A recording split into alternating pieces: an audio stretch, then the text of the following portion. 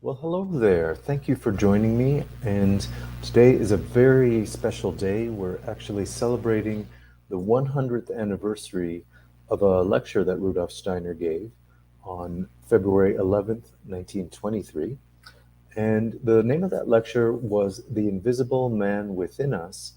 The subtitle was Pathology Underlying Therapy. So this was a medical lecture, and of course that's very important in our context in medical Heilkunst and how we assess and treat the human being. Understanding the implications of this lecture, but there's a much broader meaning and implication to what Steiner was talking about here. And this lecture came near the end of his life. It was one of there weren't too many lectures that came after this. Of course, there were a number, but this, as I said, historically, this came towards the end, and the significance of that is that it's, let me say it this way. When you study Rudolf Steiner, you study all his books and his lectures and his vast output, this very romantic era idea of a double, of a dual human being, went kind of all the way through his writings, not explicitly like he brought it out in this lecture, but there were you'll when you study his medical lectures or agricultural lectures, the whole range of things, you'll always find these inner polarities of concepts.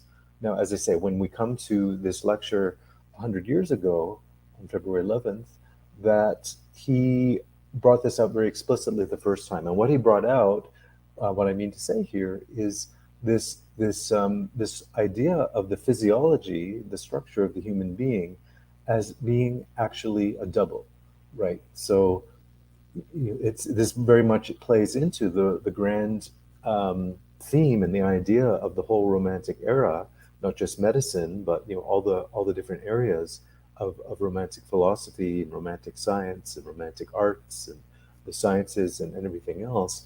This idea of the double or this dual human being. And he wasn't, this is just popping to my mind, he wasn't of the Romantic era, but it's almost like he gave a gift to the future.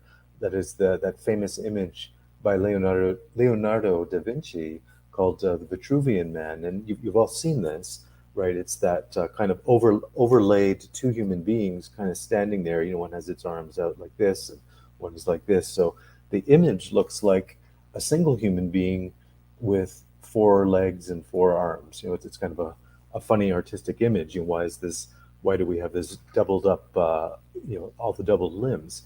But as I say, he wasn't of the Romantic era, but he certainly kind of made a symbolic deposit of this image forward into the Romantic era. So this double being, as I say, it's all throughout Steiner, it's all throughout the Romantic era, it's through our the writings of Hahnemann and medical Heilkunst, and the whole understanding of health and illness and how we look at the human being. But it wasn't until this almost very end point in Steiner's life that he actually said this explicitly. So it's funny in a way. Like you get to, if you're studying all of his works and you get near the end, and he gives you this double being, the double human, it's almost like you have to go all the way back to the beginning again and reread everything he'd ever written, like read it all over again, but now with this idea much more firmly in place. You could see what was there all along, but now it's like you go into a Jaws 3D movie or whatever. Now you're wearing the 3D glasses, and you can see things that you couldn't see without the glasses. So, I think a little bit of an analogy there, but yeah, as I say, he delivers this concept clearly at the end of his life, but then you have to double back and you could say reread everything again now through this new lens. So that's anyway. This is the 100th anniversary. We're talking about this lecture he gave, and it's largely a medical lecture, as I said, but it's really giving us this much broader concept and philosophical understanding of what the whole Romantic era was about, right? And we have a very well-known quote from Coleridge, one of our great Romantic era thinkers, and the quote, I may not be remembering it precisely verbatim, but it essentially says, "You cannot be very one until you are very two." Right? You can't be a single unitary person until you have experienced being a double. Now that can have various meanings, right? We can talk about the double human being, like the double physiology we're talking about.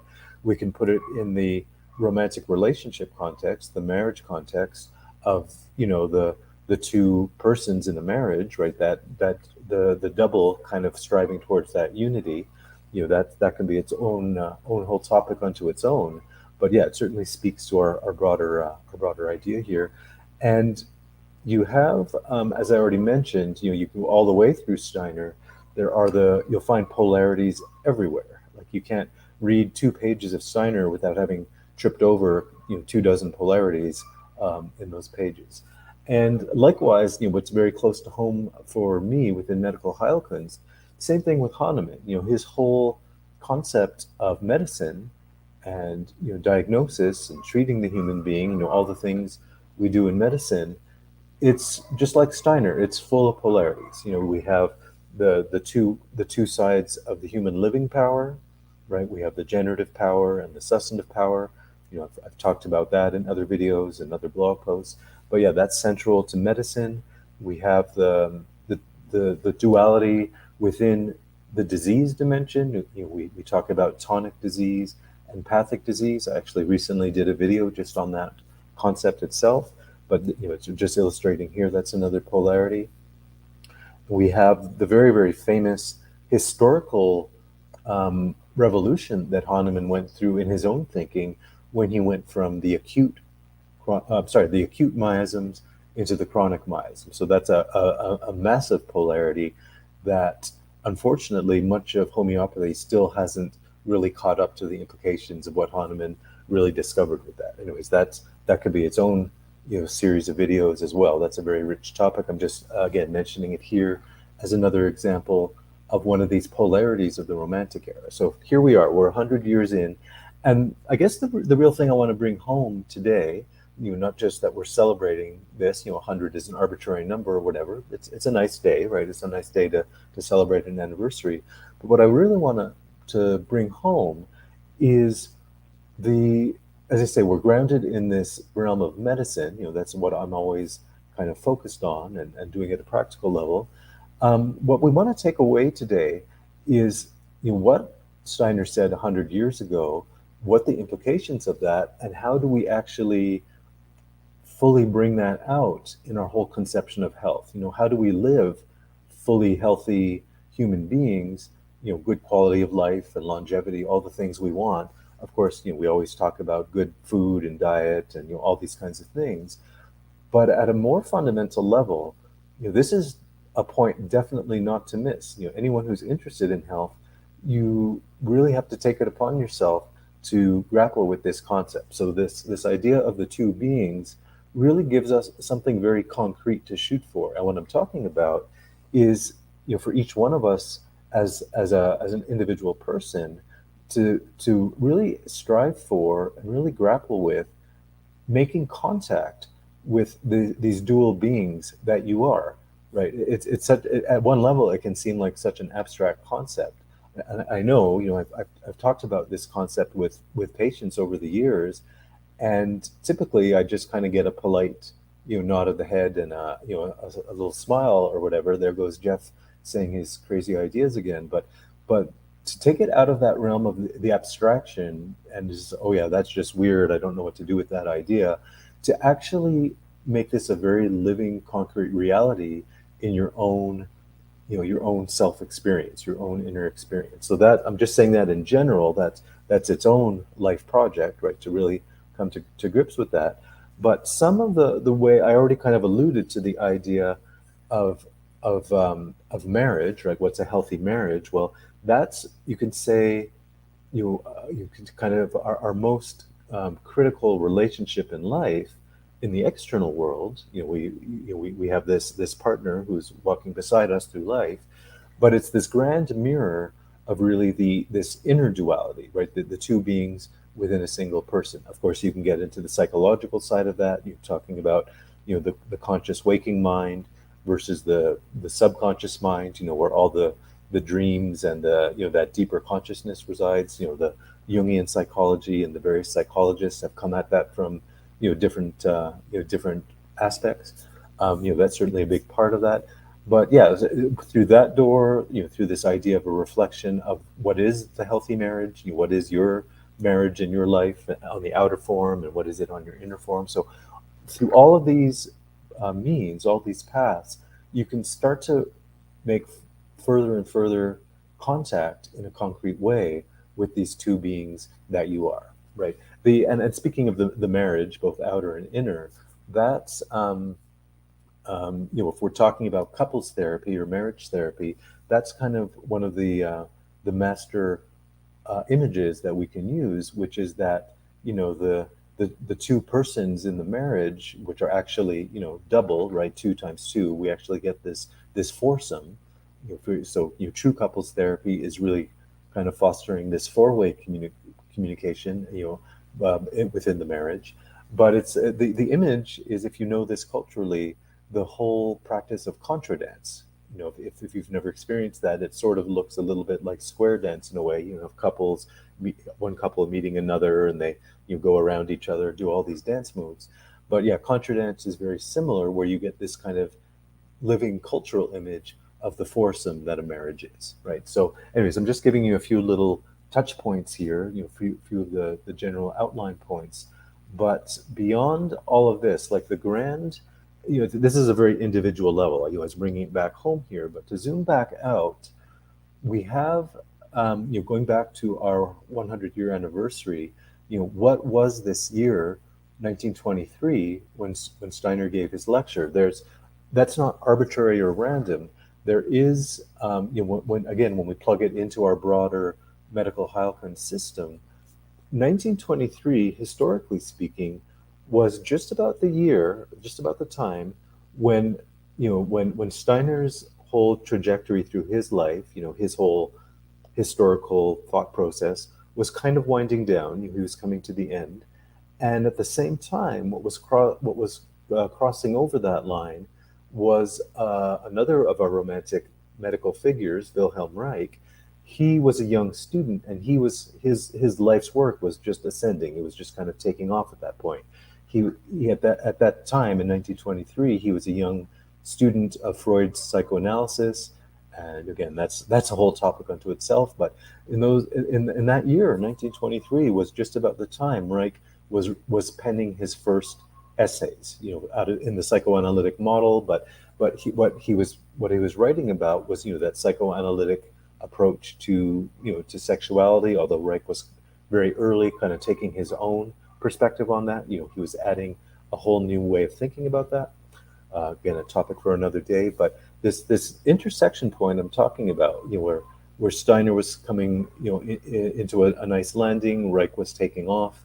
That intersection point is precisely what we can kind of say is the concrete thing. That's like I guess the image I have here is like the relay race, that runners do, when there's a running team of two or more runners, where they pass the baton one to the other. Well, it was this moment in 1923 where we could, in our historical imagination, we can see that Steiner was passing the baton along to Reich. And the baton I'm talking about is the title of his lecture, The Invisible Man, or in other language, we can call it the nether being.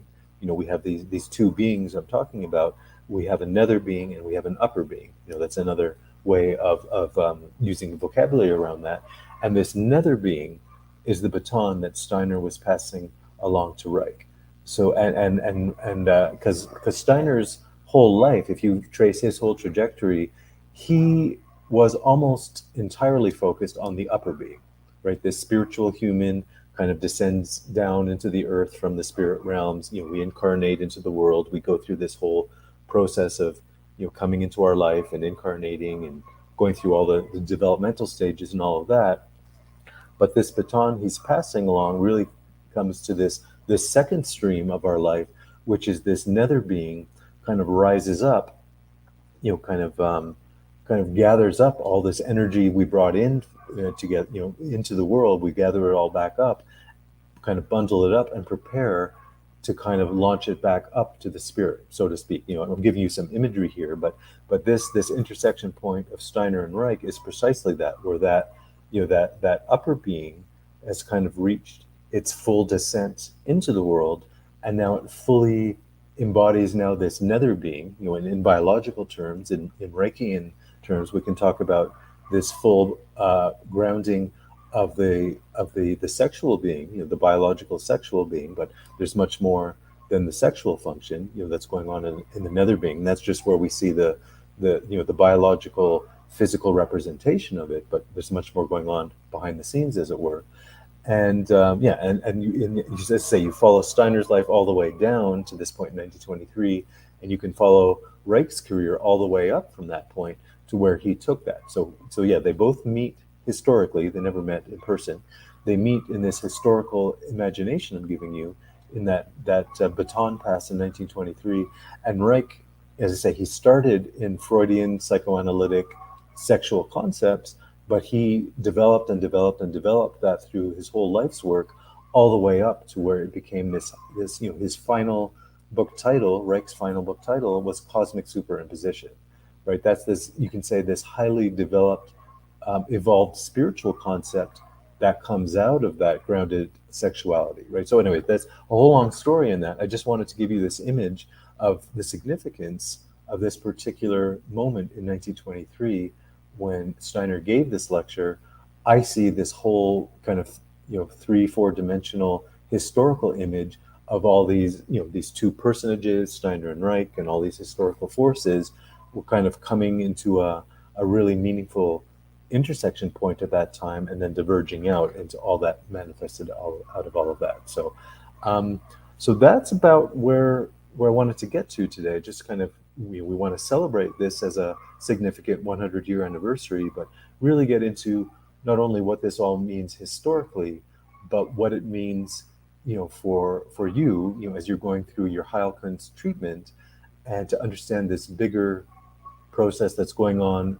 It's going on at different levels. It's going on for each of us individually, but it's going on for the whole human evolutionary process as a whole. So you can kind of see it at both levels. So if nothing else, I'd like you to take that home, take that with you as just part of your own Heilkunst process, your own healing process, that you start to get an imagination for, and a concrete appreciation for what's going on within your own physiology, between these two beings, moving through you, moving different physiological processes, different consciousness processes within you. Like, there's a real concrete model behind all of this. So I hope, I say, that gives you something to hang on to, something to kind of work through. This is a very kind of aspirational concept, to understand this grand idea of the human being. But trust me, it bears a lot of fruit. It bears a lot of positive health and development, and all the things that we're meant to go through. This is a fantastic orienting concept. So thank you again for joining me today. And yeah, I will see you in the next video.